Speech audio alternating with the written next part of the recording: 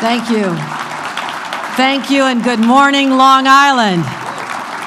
It is so great to be back here. Just 1 year ago, I spoke about the state of the state at this incredible association, talking about how we were finding our way through this pandemic. And we didn't know at the time that we'd be struck with not just the Delta variant, but Omicron. But I want to say, I see the beginning of the end.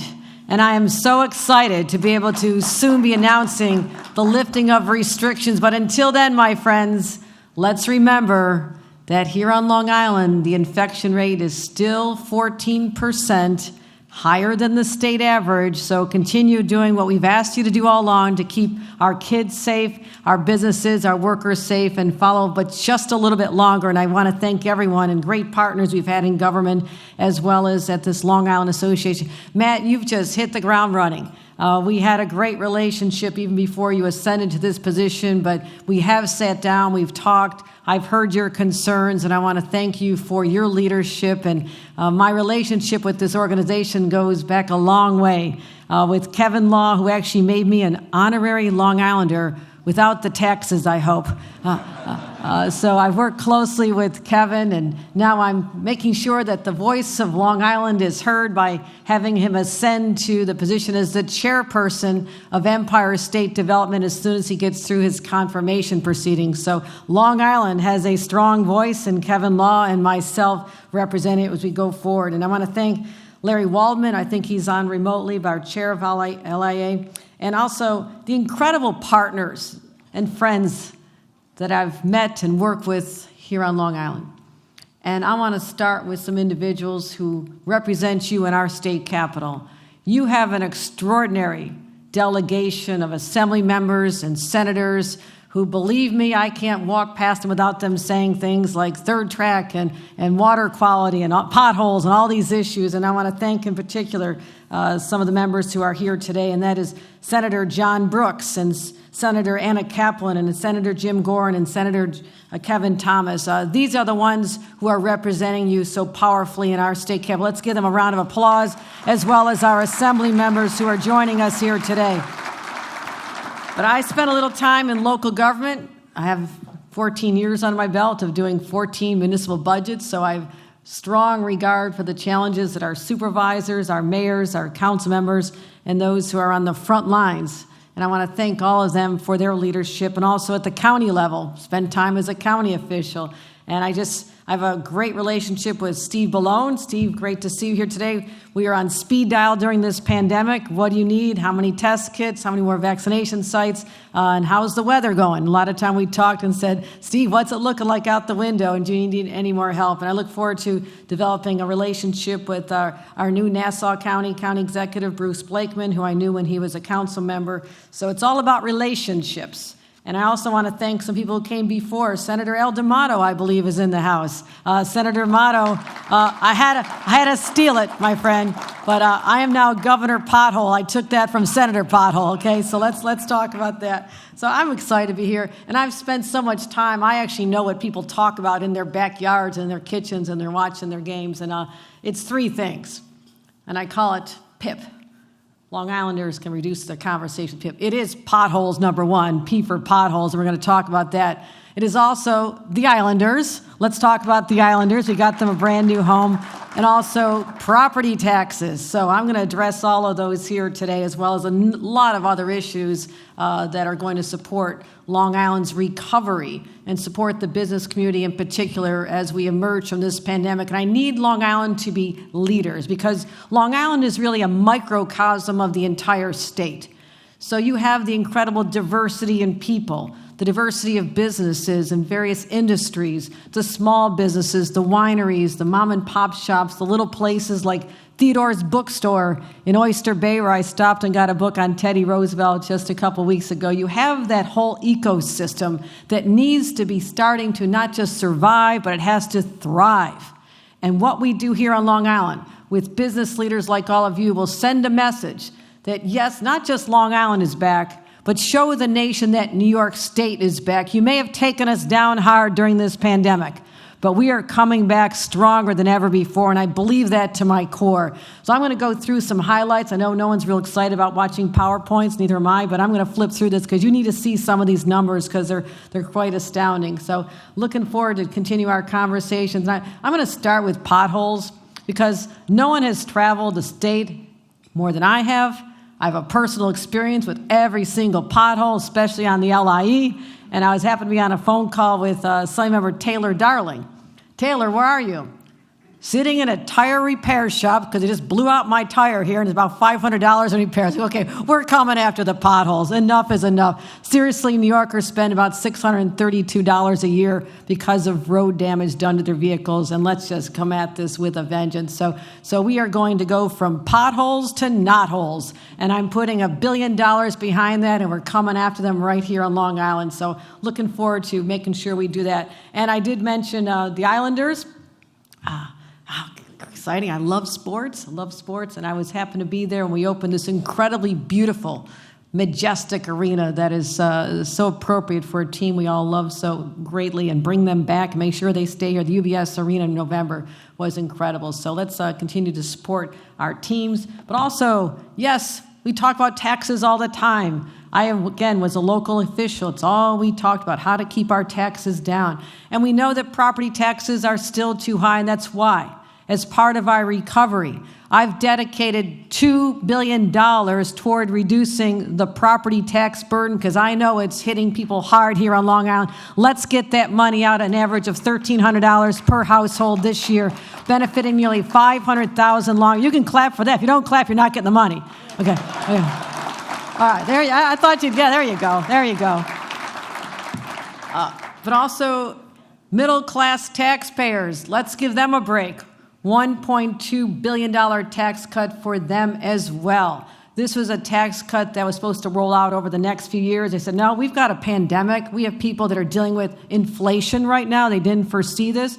Let's front load it and get that money in their pockets starting this year. And that means over 6 million more taxpayers will see benefits when it's hitting us so hard, inflation so hard. Small businesses. First thing I did out of law school was help my mother start a small business. Now, she knew nothing about business, but she didn't like the flowers that were done at my brother's wedding by the local florist. So she now is going to start a flower shop. And her daughter, the lawyer, who knows so much, 1 week after graduation, was going to get it going for her. So I know the struggles. I know what it's like to start an MWBE. I know how hard it is. And we need to help our small businesses, many of them were just knocked to their knees during this pandemic. So $250 million to help our small businesses come back as well. And also pay for the extra COVID-related expenses. The businesses that want to have outdoor dining, which I think is incredible. I've had many great dinners sitting there under a wonderful heater. And I think it's just a way that we should be doing things. We can expand the season. It doesn't have to be all indoors. So let's help those businesses. I have been to so many of the farms here. People, other parts of the state, they don't think of farms and wineries and the beautiful areas, the rural areas we have here on Long Island. This is a treasure. And I've been to more wineries than I'm going to talk about here today, but I've sampled them. The wines are outstanding. We have to help them come back and get back on their feet, and that's what I'm going to continue doing as well.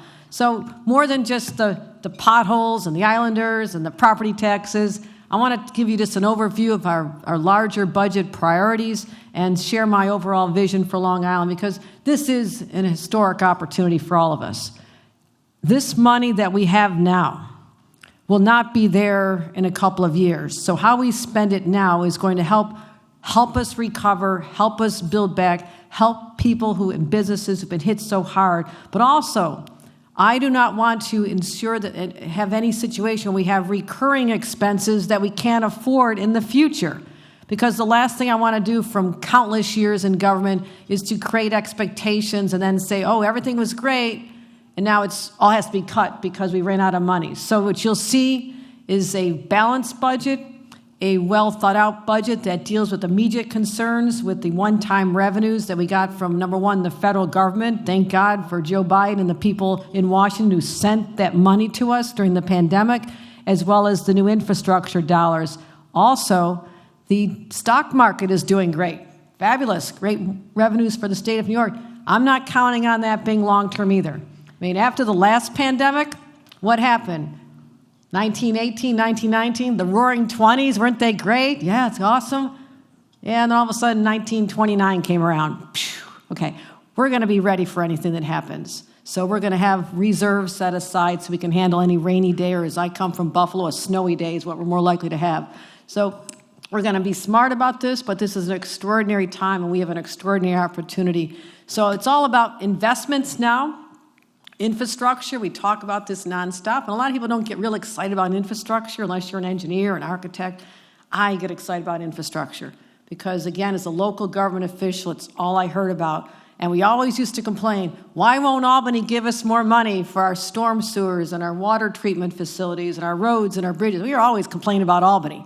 That's why I'm so sensitive when I'm in Albany and when I meet with county executives who 2 days ago said, we never had a relationship like this. I said, because I was one of you. I know how frustrating it is. So we're turning the dynamic around, and I'm making sure that we have here on Long Island $50 million more dollars in CHIPS, $14 million in local highway money, almost $10 billion for weather recovery, and $6.5 million on the bridge that carries westward Route 27 or Barnes Road. I've been on that one as well. That needs help. Pavement from Route 112, additional funding and support for all these roads as we hit the Nassau-Suffolk border. It needs to happen. I mean, I'll get you all these numbers. There's a lot of money on here, almost $15 million for pavement along the Northern Boulevard, as well as $40 million in transit operating assistance to Suffolk County. You're welcome, Steve Ballone. And $103 million to Nassau County. Mr. County, is that you saying yes to that? I'll take the check. All right. You put on your mask, you can have all the money you want, okay?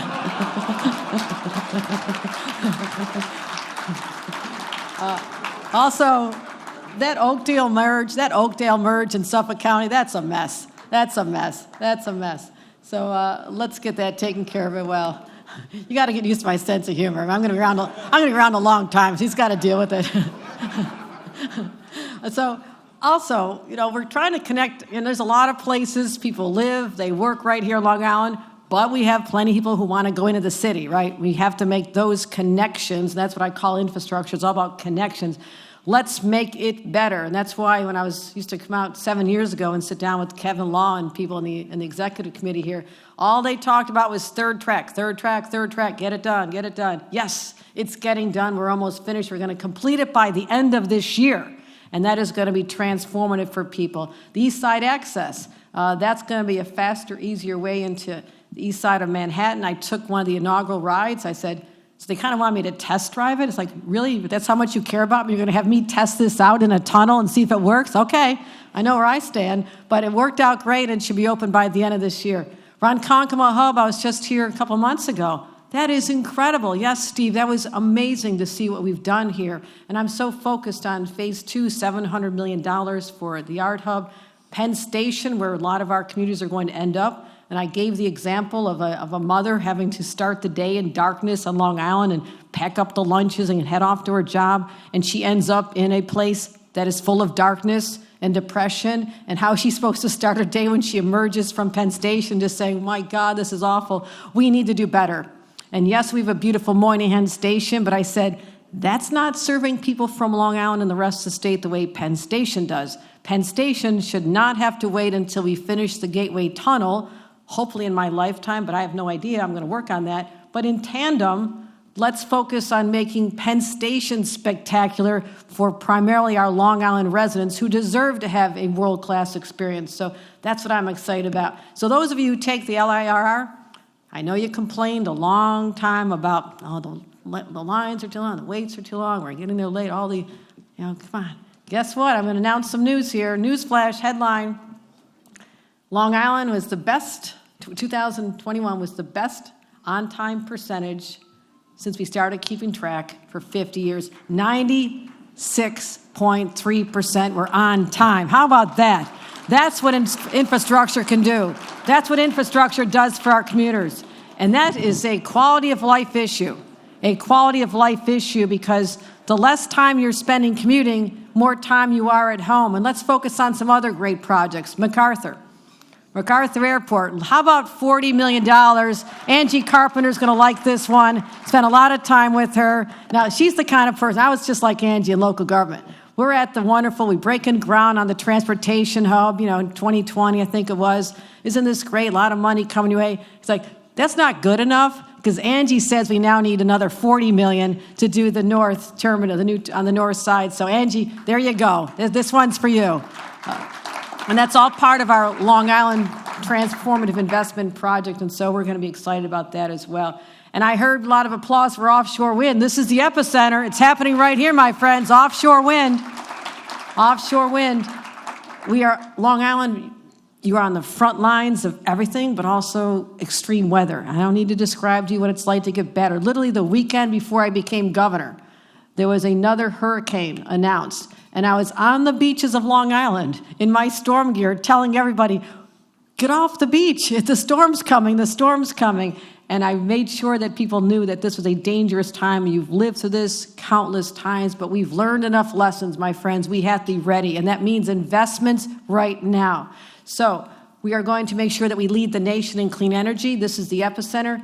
$500 million investment in my budget this year toward clean energy. This is going to make sure that our friends like John Durso and all the people who are doing the great work are kept busy for decades to come. Let's give a round of applause to the men and women of labor who are going to build this industry. I literally was just with 2 cabinet secretaries on this very topic. The Secretary of Interior opening up the more opportunities for licensing offshore, as well as with Secretary of Energy Granholm, who talked about how we're building the infrastructure here. Port of Albany, the turbines and the bases are being manufactured, brought down the Hudson River. Hudson River being used for commerce like it's been doing since 1606, and bringing those parts to be assembled and put out across Long Island and the shores out here, and building more jobs, an entire ecosystem that was never there before. So we're excited about opening up those opportunities and also protecting our environment with $4 billion. I need your help, my friends. This November, this will be on the ballot. If we fail to get this over the finish line, we will not have the resources we need to build resiliency and lean hard into a future. We have a moral responsibility to make sure that this future is better for our children and Matt's grandchildren. He talked about when they're 30 years old.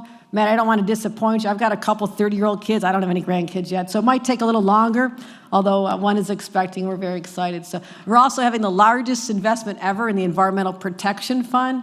This is personal to me. I grew up near a steel plant.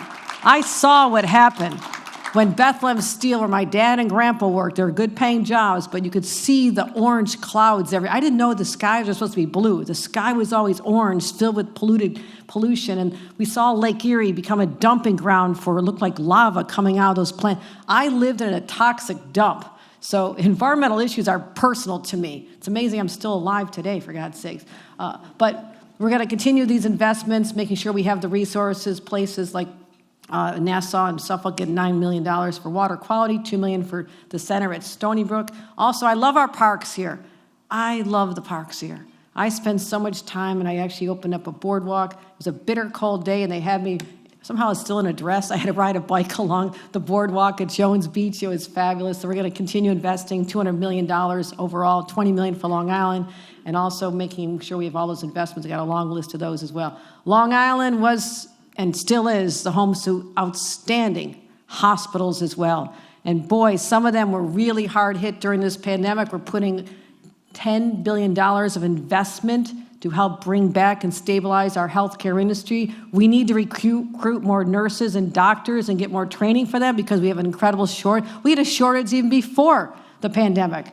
But also, I want to thank places like Stony Brook and Catholics, the Catholic Health, for staying with us and being there on the front lines for us, and Northwell. When I sent out a call because I had hospitals in other parts of the state that needed people, Northwell responded. I want to thank them for what they did for us as well. So we're going to continue building back our healthcare economy, making record investments, as well as something I worked very closely on, which are regional economic development councils. This is where I worked with Stuart Rabinowitz and Kevin Long for 7 straight years, making sure that money was coming here to Long Island. And we're going to keep that funding going, making sure we have $150 million in capital funding. Downtown revitalization initiatives, these are incredible opportunities for communities of all sizes, particularly smaller downtowns, to reimagine their future completely with $10 million. We just announced Amityville and Riverhead. Those are the big winners this year. Very excited about those. When I was a local government official, if someone had given me $10 million, I thought I died and went to heaven. You can really change the psychology of a community with that kind of money, and working on affordable housing and making sure there's connections, communities along the water where we had never made those links before, and just giving a new life to downtowns. Every downtown has to have an incubator, and I think every downtown should have a brewery. I've been to many in places like Patchogue and all, so just an observation. So we're going to continue investing in small businesses, revitalization of downtowns, and also, yes, Long Island is also blessed with incredible educational institutions. I'm not telling you something you don't already know. And we're going to lean hard into these strengths and draw more people here for an education and then have them stay here and be part of the new Long Island. That's what my vision is, and investing in particularly Stony Brook to make that a flagship organization that'll draw people from around the world who say, this is where the smartest people go, we're innovating, we're commercializing ideas, and those businesses will stay right here. So we're going to make Stony Brook one of 2 flagships, investing money for tuition assistance. How many people want to go to college, but they can't give up the income from their job to be able to go full-time? They weren't able to get SUNY or TAP assistance. So TAP assistance will now be available for part-time students, giving them another lease on life. So we're going to be focusing on that. Local education. You know how much money we're giving for local education here on Long Island? This is extraordinary. A total $4 billion. The Newsweek, or the Newsday headline was not wrong about that. $4 billion in investments, an increase of 12%, and also an increase in foundation aid. As I mentioned at the outset, though, we are going to be not just socially responsible, but fiscally prudent. This is my experience working on a lot of local budgets. It has to balance. You have to plan for the future. So we will have no out-year gaps going forward. Everything we're talking about is fully funded. I'm not doing this on a whim and a prayer. It is backed by hard data and the numbers. That's the budget I feel most comfortable putting forward. It is going to have transformative changes in our investments, lift people up, focus on quality of life, give people a chance, help our businesses. But at the same time, I do not want to enter into long-term debt obligations that we cannot be ready for. So we are going to, for the first time ever, have 15% of our state budget, 15%, set aside in reserves for those rainy days in the future, because I cannot always count on the federal government, the stock market, and tax revenues meeting our needs. So we're going to be smart about this. So we've also set aside $2 billion extra to talk about businesses that are still hit from this pandemic, individuals who are still hard hit, and focusing on those as well. And also affordable housing. I'm going to focus on a $25 billion initiative, because what I hear on Long Island, yes, people live in wonderful communities, but their kids cannot afford to raise their own kids there either, and they have to leave, and that is sad, that is tragic. Let's build back more affordability, transit-oriented development, places like Wyandanch, where Babylon Supervisor Rich Schaefer showed me the possibilities of what we do there. Those places are the examples for the rest of our state and the rest of the nation on how we focus on building back, increasing capacity, letting people live and work right there or be close to transit to take them to their jobs. That's how we build back Long Island, these kind of investments. So I'm real excited about it. I don't have a lot of control over certain things like the Islanders, but they're fantastic. I love them. But what we do have control over is how we approach our future. And I'm telling you, I'm approaching this era with great possibility, with great optimism, and great confidence. And I say that because I'm looking at all of you. You are the true believers. You are the ones who maybe have some friends who packed up and went to Florida. I'm telling you, you tell your friends. They are missing, going to be the greatest comeback in New York's history. We're doing it here, and it starts right here on Long Island. Thank you, my friends. Thank you.